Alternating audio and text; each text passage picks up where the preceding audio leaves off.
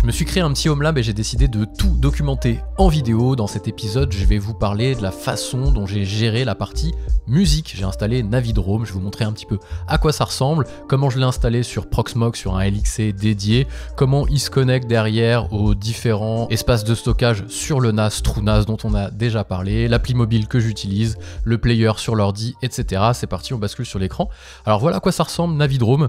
C'est un équivalent à Spotify, Apple Music, sauf que vous avez votre propre musique et donc vous hébergez votre lecteur et votre bibliothèque de fichiers musicaux. Donc il faut bien faire la différence entre les fichiers musicaux et le player et l'organisation de la bibliothèque. Donc on verra qu'il y a pas mal de choses qui vont venir s'imbriquer. On parlera de LIDAR, on parlera des supports sur lesquels je télécharge légalement la musique, notamment Bandcamp et Qobuz pour pouvoir ensuite la mettre ici. Je vous montrerai les partages sur mon ordi. Voilà à quoi ressemble Navidrome, donc c'est un petit outil classique. Ici je vous ai pris un exemple qui fonctionne parce qu'en ce moment il y a des problèmes avec les métadonnées de LIDAR qui sont censés nous récupérer les pochettes, organiser un petit peu toute la musique avec des métadonnées disponibles publiquement. Donc là, je vous ai fait un filtre sur un artiste qui fonctionne, mais en ce moment, ça fonctionne que moyennement, mais je vous montre la partie qui fonctionne. Alors ça fonctionne, il y a la partie musique qui marche bien, c'est juste la récupération des pochettes, etc. Donc vous avez la possibilité ici de filtrer sur des albums que vous mettez en favoris, les choses que vous ajoutez récemment. Je vous dis, voyez pourquoi ça, quand je dis que ça fonctionne pas, c'est que en gros, vous avez des pochettes qui se récupèrent pas. Celui-ci, je l'ai récupéré dernièrement, donc l'artwork, la pochette a été ajoutée de la bonne façon. Après, vous pouvez filtrer sur les artistes, etc. Si je vous montre un peu à quoi ça ressemble ici, Infinite normalement. Alors, je suis sur quoi là? Sur les songs? Non, je suis sur les... Hop, je vais aller là sur les artistes. Infinite. Normalement, j'ai un artiste voilà, que j'ai récupéré. Timothy, album inconnu. Et là, vous pouvez prendre une musique et la jouer dessus. Normalement, si vous connaissez peut-être les vidéos de la chaîne, ou en tout cas de la chaîne principale, c'est la musique que j'utilise en intro. Voilà, donc après vous pouvez lire. Et vous voyez ici, la musique est stockée en local sur le NAS. Donc le NAS fait office, je vais vous remontrer un petit peu le schéma que j'avais fait. Donc en fait, vous avez la machine Proxmox sur lesquelles il y a des LXC, donc des conteneurs Linux, et vous avez le conteneur Linux Navidrome qui s'appuie sur du stockage qui est présent sur TrueNAS. Donc en fait, vous avez la machine ici Navidrome, la 105 Prox-LXC Navidrome. Tiens, je vais zoomer un peu pour que vous voyez mieux. Voilà, elle fait. Il y a 1 giga de RAM, je crois, qui a été alloué, 512 de swap, s'il y a besoin d'utiliser du swap de mémoire. Le disque, il n'y a pas besoin d'espace disque, puisque ça fait juste tourner l'OS Ubuntu, plus le projet Navidrome, mais après, le gros du stockage est ailleurs, sur un partage, je vais vous montrer ça juste après. Voilà, donc classique. Et ensuite, au niveau du stockage, il y a des partages qui ont été montés directement sur la machine, qui pointent, eux, vers TrueNAS. Et ici, on va faire, hop, récupérer la connexion. Vous avez un dataset, le dataset média, ici, dans lequel j'ai mis les livres, le téléchargement, les films, la musique, les séries, et c'est la musique en particulier qui nous intéresse ici. Et après, il y a un partage média, que je monte directement sur le LXC Proxmox pour que ce soit le NAS qui fasse office de serveur de stockage de fichiers et le LXC ici qui fasse juste office de serveur logiciel finalement pour faire tourner Navidrome. Et donc c'est comme ça que je n'ai besoin que de une dizaine de gigas, vous voyez, qui n'est même pas utilisé beaucoup. Navidrome, ça prend que dalle. Et après vous le lancez en local. Donc ici vous voyez, vous avez une adresse IP publique que vous pouvez exposer ou non sur internet pour pouvoir le récupérer. Moi j'ai décidé de rien exposer sur internet. Je me connecte avec un VPN pour avoir accès à toute l'infrastructure comme si j'étais à la maison. Et voilà, après vous avez ce genre de choses. Je vais vous montrer à quoi ça ressemble directement sur l'ordi, après je vous expliquerai ce qu'est LIDAR, sur le smartphone, pardon. Hop, vous voyez, je me bascule sur mon téléphone. Ici, vous avez une appli qui n'est pas l'appli Navidrome, qui est une autre appli, un autre client, qui s'appelle Amperfy, ici.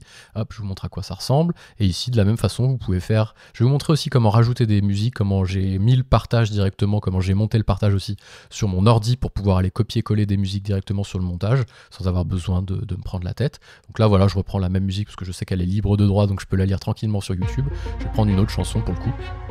Et voilà, ça se lance. Ça se met en cache, ce qui veut dire que les fichiers après sont disponibles hors connexion internet.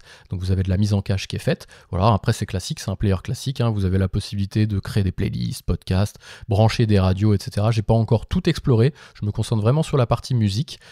Comment je fais pour copier-coller une chanson? Je vais vous montrer. Hop, je vais me remettre ici sur l'ordinateur directement. Donc ce que j'ai fait, c'est que j'ai monté, comme si j'avais monté le même répertoire réseau, le même lecteur réseau qui est monté sur le LXC, je l'ai monté sur mon ordi ici, Média, et je vais récupérer, donc il faut que ça charge un petit peu.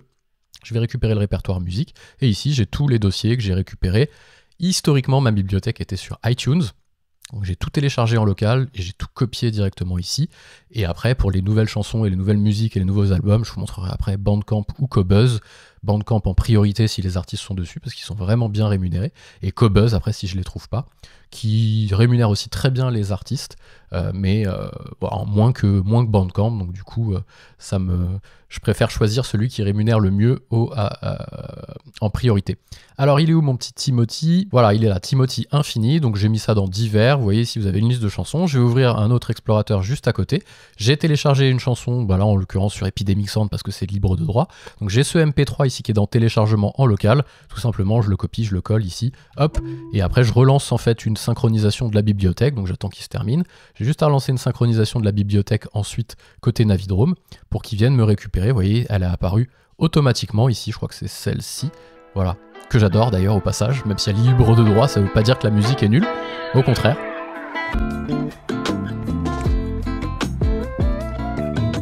Voilà, je l'ai récupéré ici et je suis sûr que si je relance une synchro sur mon téléphone, je l'aurais récupéré là, mais bon, vous avez compris le principe. Ensuite, qu'est-ce que je fais? Donc je vous ai montré le lecteur réseau, comment je copie-colle la musique. J'utilise deux choses pour récupérer la musique. J'utilise Bandcamp qui est, voilà, si vous connaissez pas, certains artistes se sont mis dessus. Je crois qu'il donne entre 80 et 90% du résultat des recettes de vente aux artistes. Ils gardent que 15 à 20% pour eux. Donc c'est vraiment bien. Et donc ici, j'ai toute ma bibliothèque normalement ici dans achats, les choses que j'achète chez eux. Donc j'achète aussi des vinyles, ouais, pas mal de choses que j'ai achetées. Vous pouvez lire la musique que vous avez achetée dans un petit player après, dans votre collection. Vous avez une collection ici, soit les collections de choses que vous avez déjà, soit de listes de souhaits. Bon, je ne vais pas vous faire un tuto sur Bandcamp, hein. Et après, j'ai une autre partie sur Qobuz, en plus de la bibliothèque que j'avais initialement sur iTunes. Je n'achète plus sur iTunes, c'est une galère, il y a du copyright dessus. Enfin, vous achetez pas vraiment votre musique, c'est assez désagréable. Et sinon, le reste, je l'ai sur Qobuz normalement. Si je me connecte à mon compte, hop, paf, hop, connexion. Et là, normalement, vous devriez retrouver votre bibliothèque quelque part. C'est pas hyper forcément bien organisé, il y a une offre de streaming, il y a une offre aussi de voilà, boutique de téléchargement, vous pouvez télécharger les pistes une à une.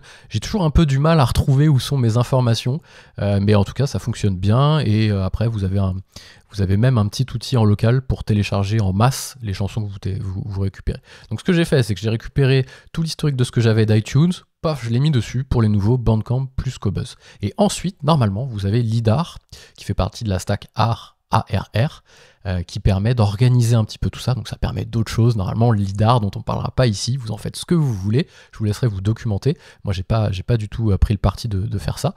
Maintenant, je sais qu'il y en a qui le font, c'est très bien. Et ici, moi, ça me permet normalement, et il l'a fait pour certaines chansons, là, notamment Daft Punk, parce que j'ai pas mal d'albums. Vous tapez le nom d'un artiste ici et il vous récupère normalement toutes les métadonnées. Donc vous voyez ici, il a récupéré, j'ai 3 albums sur 5. Ici, bah ouais, il vous dit 3 sur 5 qui sont dans ma bibliothèque, ce qui va vous permettre d'avoir les artworks, d'avoir les pistes bien organisées, etc. Donc de ranger un peu votre bibliothèque qui est normalement enfouie. Voilà la bibliothèque à quoi elle ressemble quand elle n'est pas bien rangée. On va enlever le filtre sur l'artiste, on va se mettre ici dans All par exemple. Voilà, c'est ce genre de choses. Et une bibliothèque bien rangée pour des artistes qui reconnaissent, ça se passe comme ça. Daft Punk, vous voyez ici, vous êtes bien propre. Alors vous auriez pu aller directement sur l'artiste ici, hop, Daft, et la voir sur l'artiste, clac. Et donc là, vous avez les informations.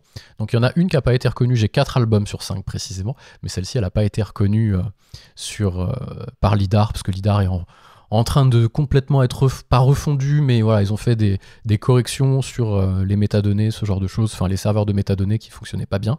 Donc on va le laisser bosser tranquillement. De temps en temps, je lance des recherches pour essayer de l'aider peut-être à référencer certains artistes. Mais voilà en tout cas pour la stack art. Et en termes de schéma, mais je vous l'ai déjà montré, je vous le remontre rapidement. Hop, il est ici. Voilà, donc j'ai tous les logiciels qui sont, je vais me mettre en mode pointeur. Tous les logiciels ils sont installés sur Proxmox, mais il n'y a pas du tout de stockage qui est fait ici. Tout le stockage il est fait sur TrueNAS, c'est là où j'ai le plus d'espace, hein. J'ai 2 fois 2 Tera en miroir, donc une seule fois 2 Tera utile, hein, ici, puisque les deux disques se répliquent, hein. Désolé pour les termes, c'est pas tout à fait officiel. Et donc j'ai mon Navidrome ici, le 105, hein, je vous l'ai montré, le LXC 105, qui pointe vers un stockage partagé qui est sur TrueNAS, et c'est lui qui gère le stockage. Donc j'ai vraiment un serveur logiciel, un serveur applicatif et un serveur de données, les deux sont séparés. Et en plus, il se backup comme ça, donc j'ai toujours deux sauvegardes sur deux machines physiques différentes, plus des sauvegardes qui partent aussi sur Swiss Backup. Ça, on parlera, on fera une vidéo dédiée sur la partie sauvegarde, mais on en a des choses à voir, parce que si on regarde un petit peu la liste des LXC que j'ai déployées, il y a une sandbox dont on parlera, il y a une LXC sécurité aussi avec fail to ban, ce genre de choses. Non, c'est pas sur celui-ci que j'ai mis fail to ban parce qu'il n'est pas exposé à l'extérieur.